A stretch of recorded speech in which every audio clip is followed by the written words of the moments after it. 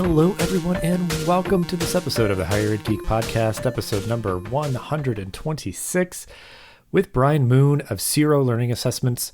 So this is a really fascinating conversation focusing on concept mapping as a way to assess students' learning and development, track it, organize it, and make sure that it is heading in the right direction, see how these students compare to their peers. So really unique stuff, nothing we've really explored on the show yet so far, but really appreciate Brian and his team reaching out to chat about it for the show for this episode. And they just are doing some really interesting work. So definitely go check out their website, linked in the description of the episode, as well as their conference and podcast and the book that Brian helped to co-edit and write, all in the show notes for this episode. Definitely keep the conversation going with Brian and the team there at Sero if you are so inclined. And as usual, always want to give a shout out to our merch store and to our Patreon. If you want to have ways to help support the show, it is much appreciated. But if nothing else, I appreciate you for listening to this episode, number 126 with Brian Moon.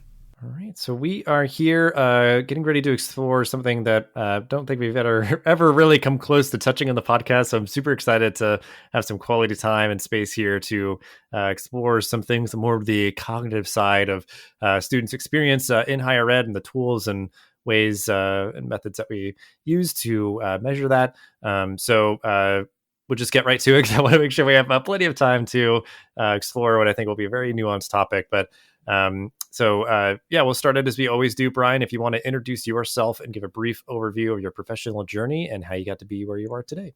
Sure. Thanks, Dustin. And thanks for having me. My name is Brian Moon. I have two hats that I wear. One is as the Chief Technology Officer for Paragean Technologies, and another is actually the President of Sero Learning Assessments. I've had Paragean Technologies as my consulting and research and development company for going on 14 years, actually. And we focus on expertise in naturalistic decision making. So we try to understand how experts in various fields are so good at their jobs and what sort of underlies their expertise so that it can be captured and preserved for the organization, but also wrapped back in through training and the design of systems so that folks can be faster and make better decisions, detect problems earlier to avoid risk, that sort of thing. So that's the focus of my consulting company. I've been doing this kind of work for about going on 22 years. More recently, one of the ways that we get experts to articulate their expertise, how we sort of elicit that from them, is to use a technique called concept mapping. Concept mapping has actually been around for about 50 years. Back in the early 70s, Joe Novak, who was a proponent for meaningful learning, meaning if you can understand where a student is in their learning journey, you can start to teach from there so that they can acquire and assimilate new concepts into their pre-existing mental models or knowledge structures. And so Joe Novak, back in the early 70s with some teammates at Cornell, was looking for a way to quickly ascertain what exactly is the structure and content of that pre-existing those mental models and the knowledge structure. They went through a couple variations doing interviews and that sort of thing, but found them all to be, while insightful, somewhat inefficient. It's kind of hard to sit down with each student and interview them, right? So they were looking for a kind of an efficient way to quickly get both the content and structure of someone's mental model. And so they came up with the concept mapping as a technique, and it's really taken off as kind of a global approach that we see in classrooms all over the world as a learning approach to help students, again, kind of organize their own mental models about various topics. So we've seen it used in K-12, higher ed, even in adult learning, again, as a learning technique.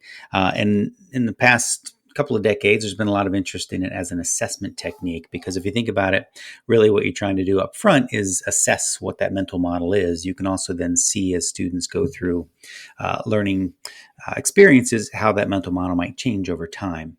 And so I got into concept mapping when I first started this work about 20 years ago, again, as a technique to help experts articulate what are their mental models. What does an expert mental model look like in the domains that I work in, which has been everything from nuclear engineering to pet food production to various uh, missions that the military does, to intelligence analysts and healthcare and lots of different domains. But the focus is always on that cognitive piece of their work. What makes experts, what enables them to make better decisions faster and to make sense of their environment.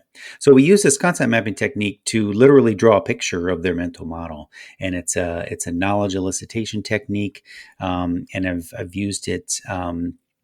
In those domains to provide kind of an explicit picture, give the experts something that they can react to, and when they talk through their expertise, we're creating these concept maps on the fly with them. And so it does give them something to react to. It kind of externalizes their mental model, makes it something concrete that they can react to. So this is more of an applied use as opposed to the more educational use I just explained earlier. And so applied concept mapping is something I've been doing professionally for quite some time, and wrote a book with Joe Novak, who started concept mapping 50 years ago.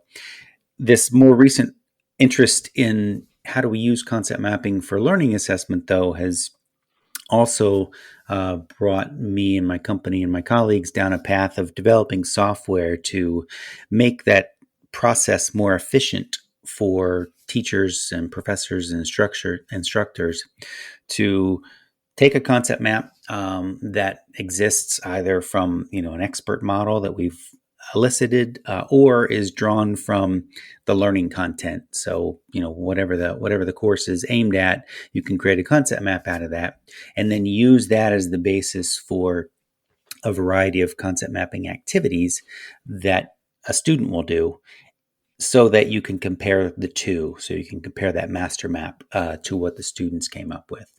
And so to sort of get to the professional journey in terms of where we're currently at, we've been developing Sero as a learning assessment software tool for about 7 years now, actually, and we've been funded through the Department of Defense, actually, to develop Sero as a software tool, a cloud-based capability to, again, make this whole process of concept mapping for learning assessment more efficient, more interactive, and to kind of build out a whole tool suite for people who are interested in doing this kind of assessment, to give them the kind of support that they need to do it efficiently. That's really sort of a key target for us, is the efficiency factor. You could do concept mapping, of course, in lots of different ways, and everything from having students create their own on a piece of paper to using a variety of concept mapping tools that are out there to have the student create their own maps. So that gets you so far in terms of assessment, but in a higher education classroom, of course, you're going to have as many different concept maps as you do students, and so the efficiency of being able to go through all those maps and understand what the student's mental model is, and compare the students, across the student body, so the classroom, is also an important thing to do, to compare them all to a master map. These kind of comparisons give us a lot of efficiency in the way that we are able to introduce concept mapping into the classroom. So that's where we've been more recently. I still do some of the consulting work, but really a lot of focus lately on developing Sero and in having folks pilot test it for us in a variety of learning environments, to include a number of universities who are running pilots for us currently. Gotcha. Yeah, really interesting stuff, and I appreciate you sharing all kind of the context and everything. Because it's definitely, want to make sure that folks can have a good understanding of, even just what concept mapping is and just the kind of applied uses of it and everything. But I guess, within the higher ed setting with Sero learning assessments and everything, it sounds like you're saying maybe just to give like an example and continue to just sort of flesh everything out. Like, I imagine that maybe there's a use case for like a faculty to do sort of like pre and post assessments of their class to see kind of where everybody's starting out. And maybe it's like, oh, I need to spend a little bit more time on a particular, area of the class or something. And then you'd see maybe where everybody ends up after the class is over. Like, is that like fair to say, like that use case? Yeah, absolutely. That's definitely a target for us. Again, if you think about what I said about getting that upfront sort of view on where the students are, Mm-hmm. um, you can do that on the individual level, but for someone who's managing particularly a large class, you really kind of want to know trends, right? So where are the students strong, and where are they maybe showing some misconceptions in the way that they think about concepts and how they're related, where are there gaps in their understanding, so that exactly what you suggested, the attention, the learning activities, the feedback can be focused in those areas that they need help in, and so that's definitely a use case. So that upfront sort of diagnostic piece, where's the class at on this particular topic or subject matter. Certainly as a summative assessment as well at the end to understand how well the learning activities worked, and sort of what the learning level was. We also certainly see them as useful tools for formative assessment.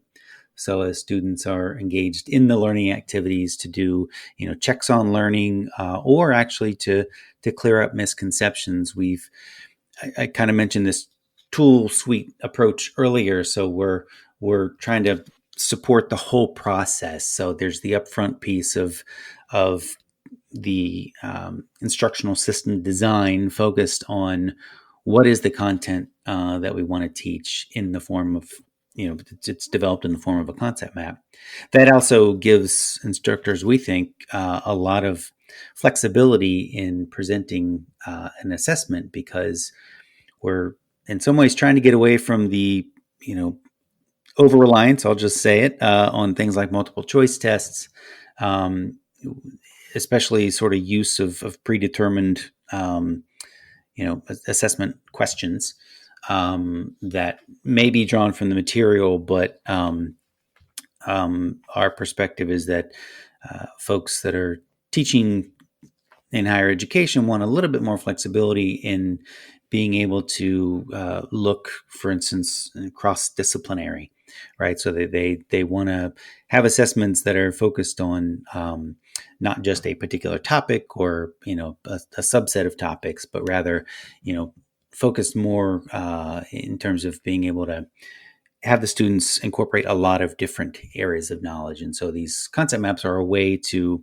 build out against an overarching focus question, which could be, again, a very cross-disciplinary thing.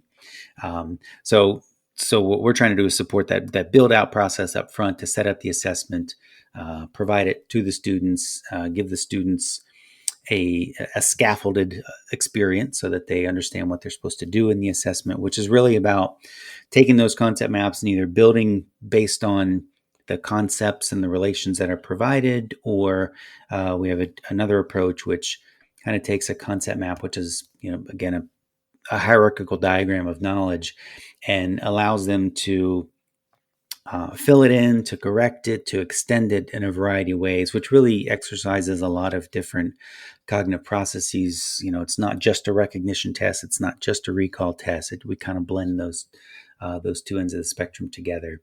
So enable the students to take it, and then on the assessor side, or the professor side, being able to get those results that really show, again, across the entire class, where the students are and their understanding. And of course, enabling interrogation to dig down into each individual student, to compare students to each other. If you want to, set up groups, you'll be able to see sort of whose mental models kind of resemble each other in terms of similarity. So you could, form groups if you want to form similar groups, or if you want to kind of mix people together for group work. So the kinds of use cases that I'm talking about now are ones that we've heard in our pilot testing is really of interest to people. So the diagnostic, the formative, the summative, upfront diagnostic to form groups or to figure out where the learning really needs to be focused. We think all those are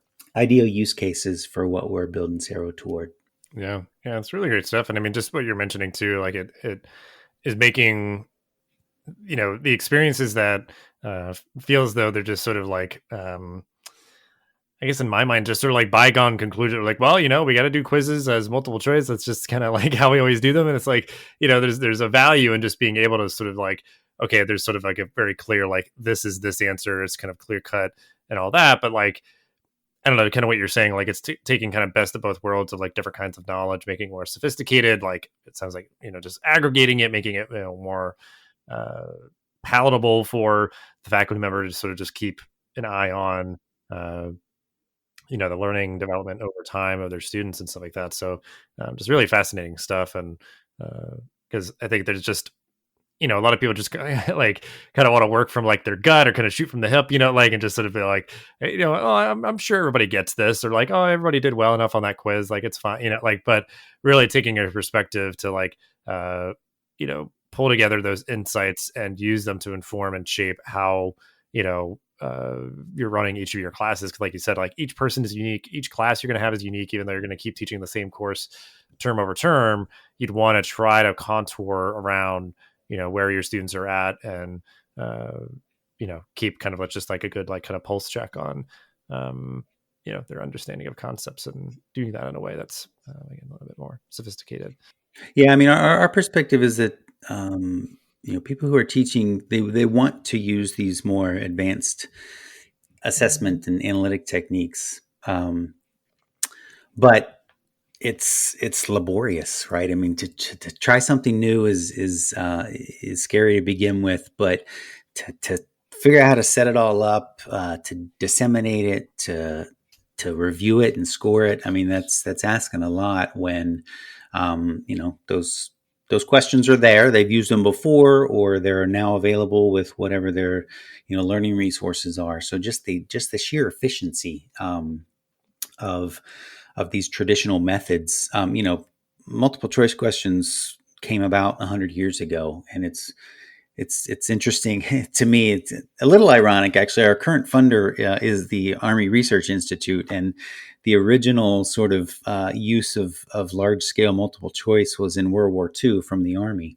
And while folks who are kind of familiar with this story might appreciate that the context of sharing it now, but the efficiency factor back then was really what they were after, because it was large scale. They had to assess a lot of people at one given time, and so they experimented with multiple choice questions, and the insights that were gleaned were actually not all that great, right? They didn't learn a whole lot about what people knew, but they could get through a lot of people, right? And so so that efficiency, which has been getting even more efficient over time, if you don't count the labor intensity of developing the questions to begin with, we've seen across the decades more and more efficiency in the dissemination and the taking and the scoring with, optical scanners and Scantron, and now the pretty big push in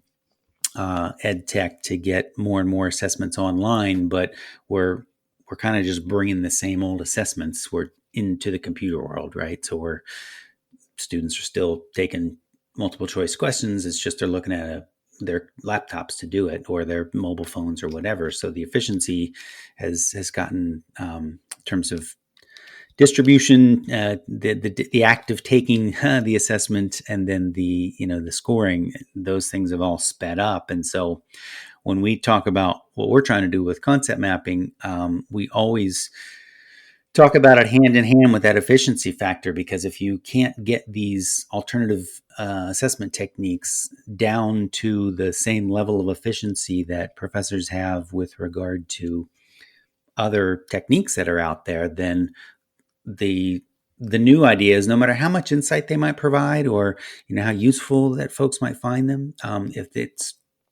if it's causing them to do more work, or adding to the workload on the assessment side, then it's going to be very hard to introduce them. So we we always talk about not only do we think these concept mapping assessments provide deeper insight and more flexibility and a more holistic look at the students and their mental models, but we want them to be efficient.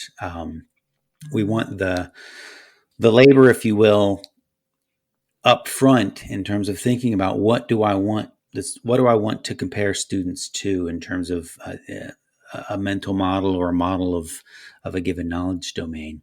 And so it's that upfront piece, just thinking about what's my focus question for this concept map going to be? What kinds of concepts do I want to introduce?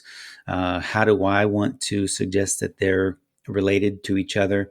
So concept maps are, I guess I haven't really explained what concept maps are. I'm kind of assuming this audience knows, but they're semi-hierarchical diagrams of knowledge. So it's people often say, "Oh, I've seen mind maps," or that sort of thing. So it's in that sort of genre of diagram where you have concepts that are, very succinctly stated. And then in a concept map, the big difference between concept mapping and basically everything else is that you have a semantic relationship explicitly stated between the concepts, and in a particular direction. So we use lines and arrowheads to show which direction a relationship should be read. So if you have a concept and its relational phrase to another concept, that gives you a proposition, which is just a basic sort of statement of knowledge.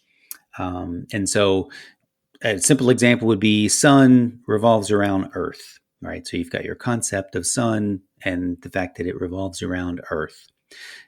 I said it that way specifically because in Sero, we actually make use of those arrowheads because sun doesn't revolve around Earth. Earth revolves around sun. So you'd want, that arrowhead pointing from Earth to sun as opposed to the other way. Otherwise, that proposition is not correct. And so we focus a lot in Sero on correct propositions. You sort of mentioned, being sort of best of both worlds. So while we do allow that flexibility and people can represent whatever they want in a concept map, literally however they want to represent it, the fact of the matter is assessments are about whether or not people are understanding the material, comprehending the material, understanding truth and falsity and those sorts of things. So we do score the maps, and we do have an idea of correct, or in some cases better than propositions. So not all of our propositions are explicitly correct or incorrect. Some of them can just be better than a proposition that might otherwise be stated. So we're trying to use the maps as a flexible way, but still focused on that there's better answers, there's right, there's wrong answers, and so we're kind of straddling. We're trying to straddle a couple of different ends of the spectrum. So we kind of see ourselves between an essay and a multiple choice question, between having standardized learning in terms of there is a right or wrong answer versus just the students can say whatever they want. So we're trying to fit in that neat little spot there, but trying to do it efficiently so that people can exercise this technique, try it out, and use it without a ton of additional labor, especially in the scoring side, because that's really where historically where it's been most difficult to gain efficiencies. There's lots and lots of rubrics out there for how to score these concept maps and what's kind of important in them. We focus a lot on those propositions, because that is where we think the most learning can be assessed, and then comparing that to some sort of master or expert map is widely regarded as kind of the best way to do this. And so that's been our approach. And then we just have a bunch of ways for supporting the review of the student performance. So making it readily visible to see where students are struggling. It has been our focus because I keep coming back to that efficiency factor, but I'm pretty passionate about the idea that if we're introducing assessment techniques that require a lot of extra effort, they're simply going to lose out in the long run to the ones that are efficient. Uh-huh. Yeah, that's a good point. Yeah, I mean, just that broader point too of like, I think a lot over the last year, people have had to get out of their comfort zones and do new things and use new tools, and the things that will stick and remain are the ones that are easy to use, obviously, and just like intuitive and just sort of Right. work better in that way. But yeah, and I appreciate you taking a beat too, because I wanted to make sure we stop for a second to, kind of give a quick definition of concept mapping. But I know I've seen things like it. I think sometimes in the context of uh, like project management, kind of mapping out, Hmm. if this then that, and you're just kind of having this like flow and different, like symbols or color, like those are the different things. But obviously, yeah, like knowledge also, cognitive concepts and things like have these sort of relational concepts and just being able to visualize that way, and like you said, like making that easy to sort of capture and measure and all of that, yeah, just kind of elevates and I feel like my word will be kind of makes things more sophisticated, like it Yeah. just feels like it's kind of a big upgrade, the potential there. But and I guess just really put a finer point on it too, because I think you've spoken a little bit to it, but like from your point of view, obviously, like you're really committing to making this all kind of work within educational settings and higher ed specifically, I guess, just for our sake. But like, what do you think makes this work, that your team does so important for higher ed specifically? Yeah, it's interesting the broader trends in terms of using concept mapping for assessment have actually been in K-12, and it's worth mentioning that the National Assessment of Educational Progress, the NAEP, it's a standardized test that grades 4, 8, and 12 in the U.S. They have reading, math, and science. Their science framework, actually since 2009, has called for using this exact technique as an interactive computer task. So we've seen, a lot of focus on this technique. I can't think of a similar, kind of a similar view on it in higher ed, and I'm suspecting that's because there's more choice, if you will, in higher ed about how professors choose to assess their students. But the flip side of that is, as we've been developing and we've invited folks to try it out, we've gotten a lot more traction, if you will, in higher ed. And again, that may just go back to the flexibility and the choice that is different than it is, of course, in K-12. But the interest has been. There's a couple of ways to think about the interest. It's been global. So we've actually done pilot testing in Australia and Brazil, and in a couple of European countries, Portugal in particular. So we've done pilot testing, and the interest has been across disciplines. So our work in Australia was in accounting. Our work in Brazil has been in biology, and other sciences, actually in Portugal. And so we're pretty confident that sort of across the disciplinary spectrum, if you will, that there's a place for concept mapping. Very strong in the sciences. Obviously, it's kind of where it came out from originally, and there's been a lot of research about using it in the sciences. But our example of accounting, it was interesting because that professor. Uh, what she was trying to do was just think about a few concepts and a few linking phrases. So, the linking phrases were things like increases or decreases. And you mentioned earlier sort of the if that, then this. You can build a lot of reasoning into these concept maps. And so they're not just declarative factual knowledge, but they're reasoning. They can be problem solving. One of our pilots was actually with the U.S. Department of Defense's medical school. We had a pathology professor there who was interested in. She had a team concept mapping exercise, but they were also interested in sort of walking through that diagnostic, thought process that people go through as they're learning different pathologies. And so we've got another. Pilot going on right now with the University of Pretoria in South Africa. In particular, their medical school is very interested in it. And George Mason University, which is close to me here in Virginia. They are also interested in actually developing mental models about education and how teachers think about education and their own sort of self-mental models about themselves. And I should mention too, we're currently teamed with 2 universities on our funded Army project right now. University of Michigan and University of Texas at Austin. Those folks are partners of ours, and we are working with the University of Michigan to try to make that upfront authoring piece even more efficient. So you can sit down and sketch out a concept map on your own, or you can go from the learning material into a concept map through application of naturalistic processing techniques. So we're trying to go from text to the maps, and then from the expert map into an assessment map, and build that in a more semi-automated fashion. We're going to be testing that actually with the University of Texas at Austin in several classrooms in the fall. And then next year, actually, with the Army in Army schoolhouses.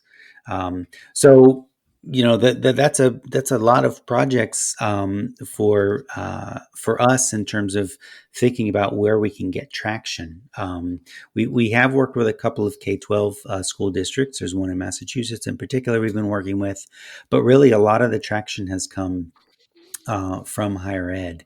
And I kind of keep going back to this idea that it's in as much as things like security and other sort of bureaucratic hurdles may be in place for professors to use different tools. And as you mentioned, there have been a lot of new tools in the past year that people have tried out. That same kind of freedom to explore things and try different tools and techniques, I think is just not there in K-12.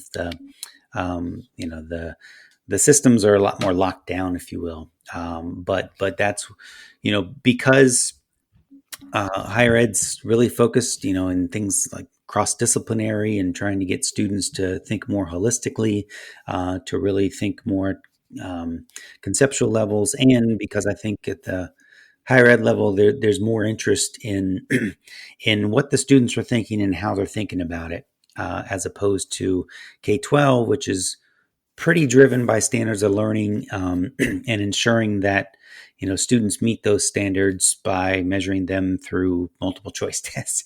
That's kind of the way that K-12, broadly speaking, works. And so I think the appeal in higher ed is to that, focus on student mental models and how they think holistically about problems and building their higher order thinking skills, how they're reordering things and how they're overcoming those misconceptions. That feels to me more of a higher ed focus. I know, like, a big thing too is I think just in like the use case I mentioned, it was sort of like project management, but like our focus when I went through kind of the exercise was like, because you mentioned sort of just like, how do people think about education, or like there's different things where they're, you said it came up through something that's pretty kind of clear cut in the relationships of the different concepts and everything. But I think it could be a useful exercise for people to think about, like, what if we sat down and, it certainly can be informed by students, because you might sort of acknowledge like areas where,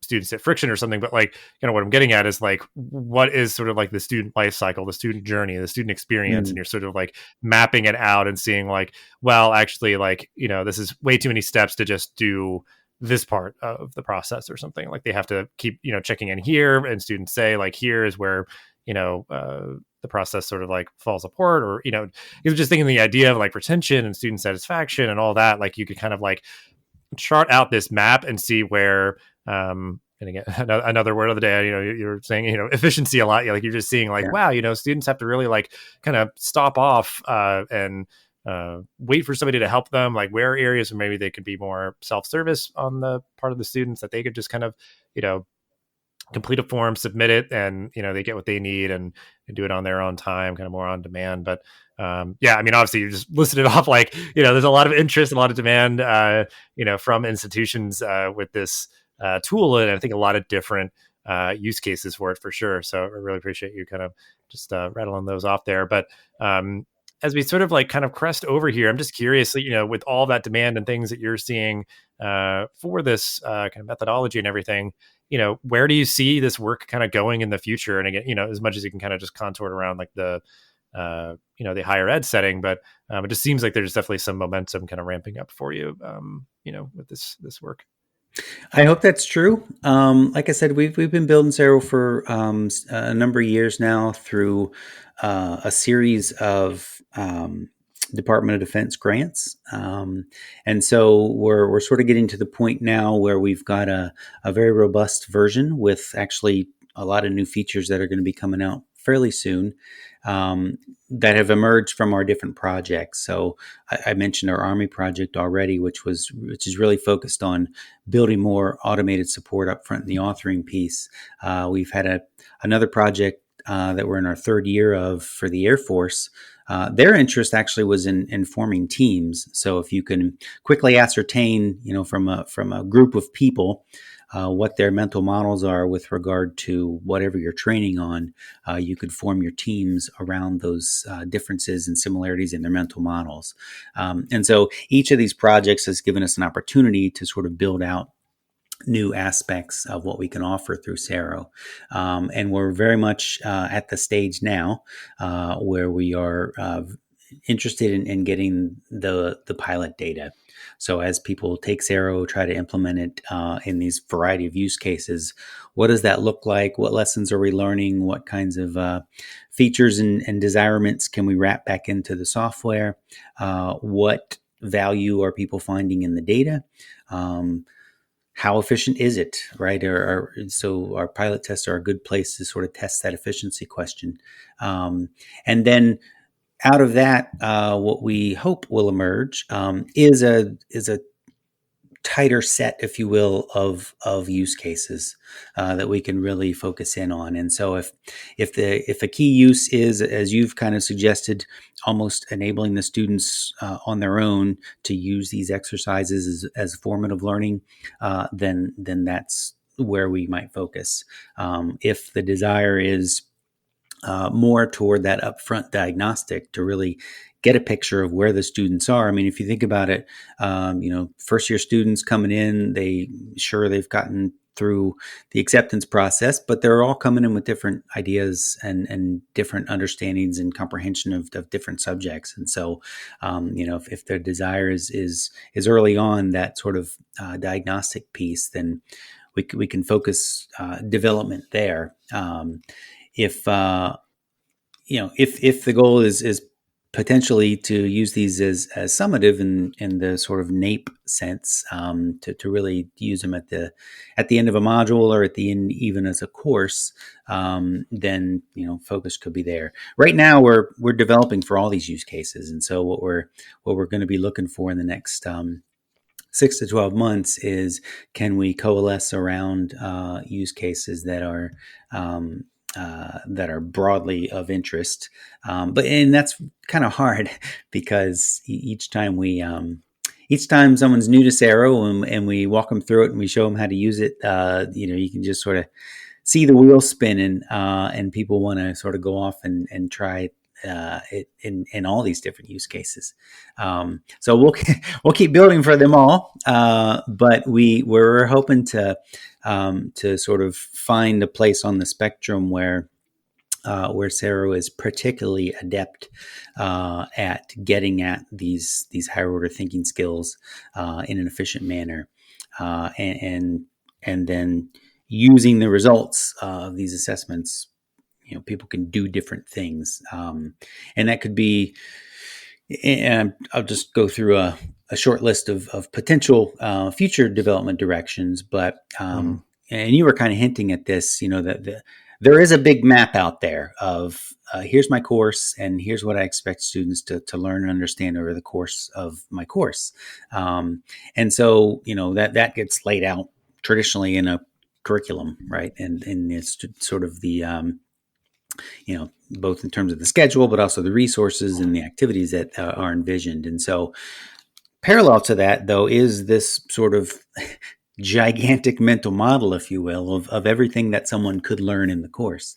And so we have a vision where all of that could be represented in the concept map. Again, that's going to be a gigantic concept map, but you could take chunks, if you will, of that concept map and use them at different points within the course. Concept maps have been used for a long time as graphic organizers for curricula, so it's not that big of a stretch. But what we're talking about is also building the content part of the curriculum. And so, going down this path of more automation up front in the authoring will give us more opportunity to build out those larger maps.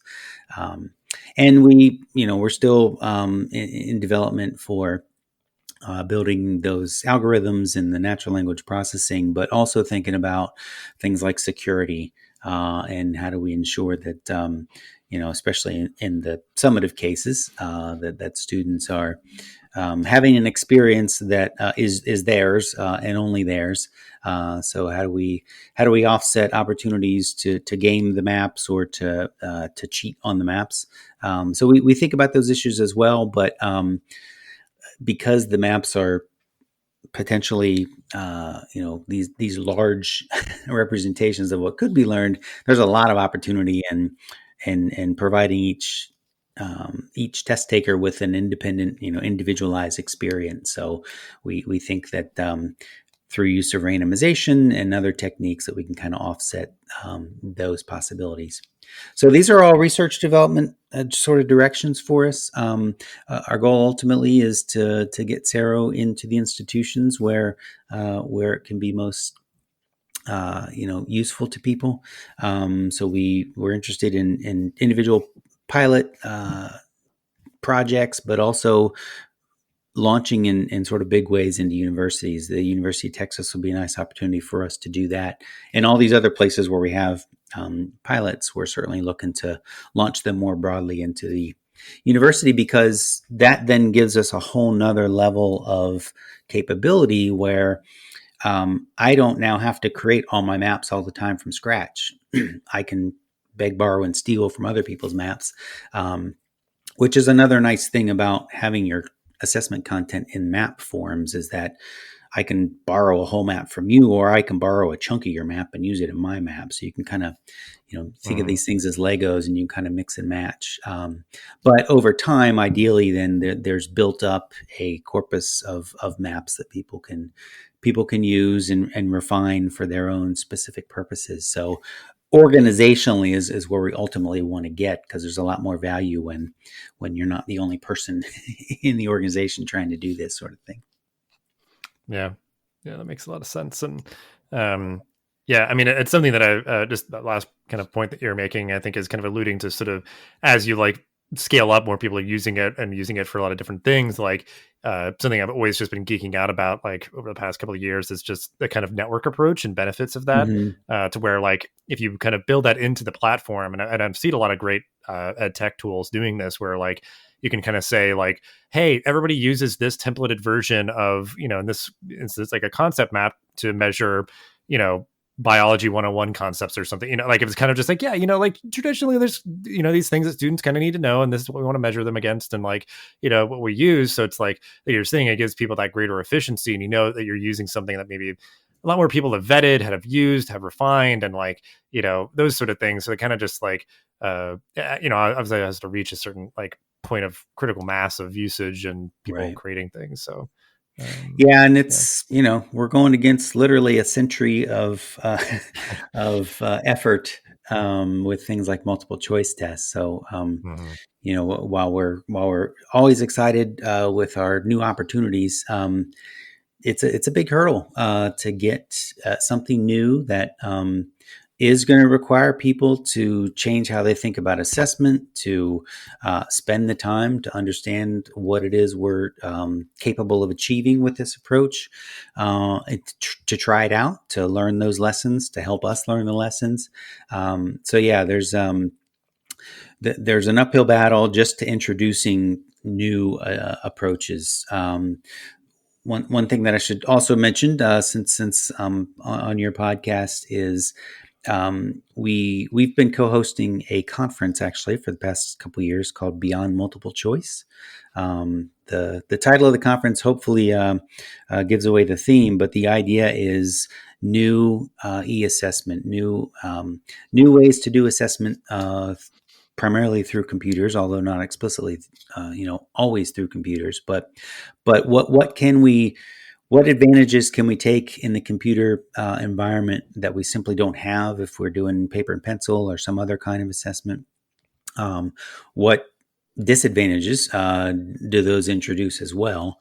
But the focus really is on, kind of the future of assessment, the next generation of assessment tools and approaches, and trying to build a community practice around that idea because the overarching, as we've kind of already mentioned, the overarching entrenched, I guess is the word I'm looking for. Entrenched ways of doing assessment are supported by systems and tools, and lots of money and effort has gone into ensuring that we can have those things. But when you try to bring something like Sero into that ecosystem, there's a number of hurdles, and so we've tried to build this community practice because there's other folks out there like us who have very interesting ways to support different kinds of assessment. And so our conference started in 2018, kind of grew out of my experience in going to some other conferences and sort of seeing what the state of the art was, and especially some of the bigger conferences. They're thinking of state of the art in terms of assessment as, things like drag and drop. So you drag something from one part of the screen over to another part of the screen and you drop it in there and that's your answer. And so when they think about sort of next generation of assessment or innovation, it's pretty limited in terms of what's possible. And we think ours approach with Sero is pretty revolutionary in terms of what it is possible. But we can't necessarily very easily sort of live inside the systems that currently exist, things like item banks and those, even, in the learning management systems, your options for creating assessment questions are usually pretty limited. Ours is just such a very different thing that we kind of were figuring out, where do we fit here, and seeing that we don't really fit anywhere. We're kind of outside what the industry trends are. So that experience plus coordinating and meeting with some folks in the UK who have for a number of years been kind of driving this next generation of assessment tools led us to create a conference here in the US. We did it in 2018 and 2019. Those were in-person conferences here in DC, and we had a pretty good response. We had about 80 or 90 people at those conferences. We went online in 2020 for obvious reasons, and we had hundreds and hundreds of people. And so we are looking forward to our next conference, which will be in November. Our numbers going online, they just grew exponentially. So we're gonna stay online because we can reach a larger audience. You get more folks who want to see what the latest innovations are, and want to share the lessons of trying to implement them. Look out in terms of seeing what sort of policy issues might be driving or hindering growth and innovation and assessment. So folks can look out for that as well. You'll definitely see us there. We've been co-hosting and sponsoring since the start. And so that's, that sort of part of where this is going in the future is building up a groundswell for doing things differently, getting us out of this 100-year rut of overemphasis on certain techniques. I mean, it is, quite the task ahead of you, take a lot of time and commitment, but, it's good, good work and time well spent. And, it's really comprehensive, all the things that you share that you're working on, and, just really, just really relevant, really useful. And I think, just hopefully it sounds like the future is very bright and wide open for you all. So that's, just really, really great to hear. But, as we wind down, you've already shared, we'll link out to that book that you mentioned that you co-authored in the conference, and just anything else really quick. I believe you mentioned before we got on the air here that you host a podcast as well, or assist with that. So if you want to give that a shout out really quick, anything else that we could include in the show notes for folks to check out? Sure. folks want to see more about what we're doing with Sero, we're at serolearn.com. So that's SERO. Just as an aside, people always ask me where the name came from. So Sero is Latin for to join together. So we are joining together those concepts. So it's serolearn.com. And we've got resources there. Folks can go on and just see what the assessments actually look like from the student perspective. They can try it out. And then we do offer a 30-day trial as well for free, because folks need to try this out and see if what kind of ideas come to them. They can also reach out directly to me, particularly for folks who are really interested in launching a pilot program for them individually or their organization. My podcast is somewhat related. I started this podcast early by saying, I've been working in this area for over 20 years in the field of naturalistic decision making. So again, how do experts who are in the workforce, people who've been around for a long time, how do they achieve expertise? What do their mental models look like? And that also is a community practice. So there's a bunch of folks out there who are interested in kind of getting outside the lab to study cognitive psychology and getting into where people actually do it in those naturalistic settings. And so our podcast is at naturalisticdecisionmaking.org. So if folks are interested in that aspect of the work, they can go there and hear podcasts from people who have been doing this sort of work for a long time and who have certainly helped shape the way that I think about it. That'd be great. And I really appreciate the opportunity to talk to your audience, and hope folks will reach out, and let's keep the conversation going to think about how we can do things a little differently in assessment. Yeah, absolutely. And I think for the sake of time, and just because that was such a beautiful way to end the episode, just a lot of great ways. And obviously, like you said, keep the conversation going, connect with you, and a bunch of other great stuff to check out in the show notes. But thank you so much for your time and all that you shared. I feel like this is a really comprehensive context and just a lot of great use cases for this kind of methodology and everything that, hopefully we'll be seeing and hearing a lot more of in the coming months and years and everything. So I appreciate you and your work and your time here. And just thanks again so much. Thanks, Dustin. Thanks for listening to this episode of the podcast. Make sure to rate, review, and subscribe so you never miss an episode. Thanks again for listening, and we'll see you in the next episode of the Higher Ed Geek podcast.